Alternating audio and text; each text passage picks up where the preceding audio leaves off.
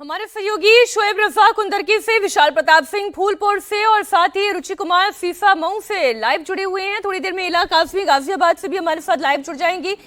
सबसे पहले कुंदरकी का रुख कर लेते हैं। शोएब, हाजी रिजवान जो यहाँ से समाजवादी पार्टी के प्रत्याशी हैं, वो तो पुलिस वालों से अच्छी खासी बहस करते हुए भी नजर आए। बहुत ज्यादा हाई वोल्टेज अगर कहें इलेक्शन कुंदरकी का नजर आ रहा है।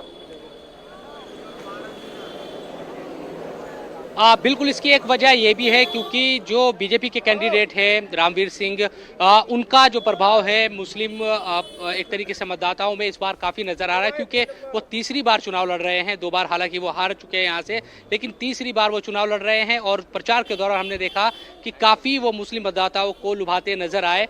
और इस वक्त यहाँ पर भी मौजूद है क्योंकि ये JLM इंटर कॉलेज का जो बूथ है, यहाँ पर बहुत सारे जो वोटर है वो यहाँ पर मौजूद है और खुद जो रामवीर सिंह है वो भी यहाँ पर मौजूद है। तो जो भी इल्ज़ाम है, जो आरोप लगाए जा रहे हैं समाजवादी पार्टी की तरफ से, उस पर एक तरीके से जवाब भी लेने की उनसे कोशिश करेंगे, क्योंकि सुबह से कई तरह की बातें कही गई। हालांकि पुलिस ने उनको नकारा है कि किसी तरह नहीं। यहाँ अगर तस्वीर दिखाओ तो स्मूथली जो वोटिंग है वो हो रही है, लोग आ रहे हैं आराम से और यहाँ पर बात कर रहे हैं।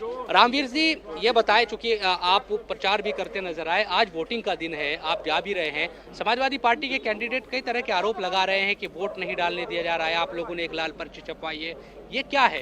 कहीं लाल पर्ची आपको मिले तो दिखाइए। चुनाव आयोग ने जो पर्ची जारी की है उसके आधार पर वोटिंग हो रही है। और जो कैंडिडेट भी हैं, मैं भी कैंडिडेट हूँ और भी कैंडिडेट हैं जो अपनी सादा पर्ची बनवा के बस्ते में रख देते हैं, उससे भी वोटिंग हो रही है। ये समाजवादी के जो लोग हैं, इन्होंने बहुत जुल्म और जास्ती मुसलमानों के खिलाफ की है। वो आक्रोश निकल रहा है। या तो आदमी वोट डालने नहीं जा रहा, या वोट डालने जा रहा है तो हमें दे रहा है। जो लोग वो दर्शाना दिखा रहे हैं, यहाँ कोई मुस्लिम, सब मुस्लिम खड़े हैं। कोई एक मुस्लिम हो जिसे वोट डालने नहीं गया, वो उन्होंने बिलारी के लोग बुला लिए। बिलारी के आप लोगों ने वोट डाल दिया? जी, वोट डाल दिया। परेशान किया? कुछ नहीं, परेशानी नहीं हुई, कोई परेशानी नहीं हुई, निष्पक्ष हो, कोई बोगस वोटिंग नहीं हो रही है। ईमानदारी से जो ही पर्ची लेकर वोट पड़ा, बोगस वोटिंग नहीं होगी, बस ये है। वन साइड इलेक्शन है। मुसलमान, हम सब मुसलमान है और इनके साथ मुस्लिम सब वोट दे रहे हैं। पिछले 15 साल में इन्होंने छवि बनाई है, अपनी मिलनसार वाली छवि बनाई है हिंदू मुस्लिम वालों की। जी तो रात भर यही गाते देखो बात सुनो, देख रहे हैं। मैं पूर्व चेयरमैन हूँ, ये मौजूदा चेयरमैन है कुंदरकी के।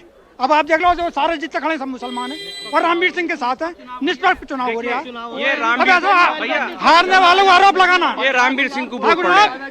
रामवीर सिंह को। अब आपने सुन लिया। देखिए, मुस्लिम मतदाता भी दिखाई दे रहे हैं, वो कह रहे कोई बोगस वोटिंग नहीं हो रही है। अब आप किनके आरोपों को सही ठहराएंगे? यहाँ पर मतदाता अगर खुद कहें कि कोई बोगस वोटिंग नहीं, बड़े साफ सुथरे तरीके से मतदान की प्रक्रिया चल रही है। फूलपुर में भी इस वक्त हमारे सहयोगी विशाल प्रताप सिंह जुड़े हुए हैं। विशाल, और बड़ी दिलचस्प बात यह है, भले ही मुकाबला 2 पार्टीज के बीच में कड़ा हो, लेकिन 12 प्रत्याशी फूलपुर से मैदान में हैं।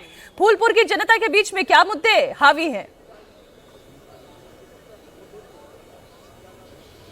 मीनाक्षी, समय हम फूलपुर में ही मौजूद हैं। बहुत वीआईपी सीट मानी जाती है। देश के पहले प्रधानमंत्री पंडित जवाहरलाल नेहरू यहाँ से 3 बार सांसद रह चुके हैं। पूर्व प्रधानमंत्री विश्वनाथ प्रताप सिंह यहाँ से सांसद रह चुके हैं। और इस बार की स्थिति ये है कि पिछला विधानसभा चुनाव भारतीय जनता पार्टी ने जो यहाँ पे जीता था वो महज 2500 वोट से जीता था। और लोकसभा चुनाव में अगर देखा जाए तो 2024 में भी हुए हैं, उसमें अगर फूलपुर विधानसभा की बात कर लिया जाए तो 15,000 से समाजवादी पार्टी के कैंडिडेट यहाँ से आगे थे। तो जो चुनाव है बहुत दिलचस्प हो गया है। पूर्व विधायक रह चुके हैं मुस्तफा सिद्दीकी, वो समाजवादी पार्टी से कैंडिडेट हैं। पूर्व विधायक दीपक पटेल, पूर्व सांसद के बेटे हैं, वो भी यहां से प्रत्याशी हैं। फूलपुर की जनता क्या कह रही है? मीनाक्षी, सीधा फूलपुर की जनता से बात कर लेते हैं। यंग वोटर्स हमारे साथ मौजूद हैं, कुछ देर पहले उन्होंने वोट किया है। क्या नाम है आपका? ऋषि शेखर। ऋषि भाई, आप बताओ कि ये मुद्दे क्या है फूलपुर के? बटोगे तो कटोगे, इस तरीके के नारे न सिर्फ उत्तर प्रदेश से शुरू हुए, महाराष्ट्र तक पहुंच गए। इन नारों का यहाँ असर है क्या? यहाँ असर बटोगे कटोगे असर नहीं दिख रहा है। यहाँ पे बेरोजगारी और विकास को देखकर वोट पड़ रहा है कि जिस प्रकार से देश में बेरोजगारी है और विकास नहीं हो पा रहा है, उसी को देखते हुए वोट हो रहा है। माता जी, क्या नाम है आपका? मुन्नी देवी। आप बताइए, कानून व्यवस्था के मुद्दे पर मोदी जी, योगी जी हमेशा उत्तर प्रदेश की तारीफ करते हैं। आप बाहर निकलती हैं तो क्या आपको डर लगता है? जी नहीं, नहीं लगता है। नहीं। कानून व्यवस्था के मुद्दे पर योगी जी को 100 में से कितने नंबर देंगे? 100 में 100 ही दिया जाए। 100 में 100। मतलब उनके कामकाज से आप लोग संतुष्ट हैं? चाहते हैं कि मतलब सरकार जो चल रही है वो बनी रहे या कुछ बदलाव चाहते हैं? जी, अब नौकरी मिले बच्चों को, बस यही लगता है। नौकरी मिले, लेकिन कानून व्यवस्था के मुद्दे पर 100 में 100 नंबर है। क्या नाम है भैया? राम सजीवन। वोट दे दिया आपने? जी क्या मुद्दे हैं उत्तर प्रदेश के? हर घर में 1-2 बच्चे बेरोजगार हैं।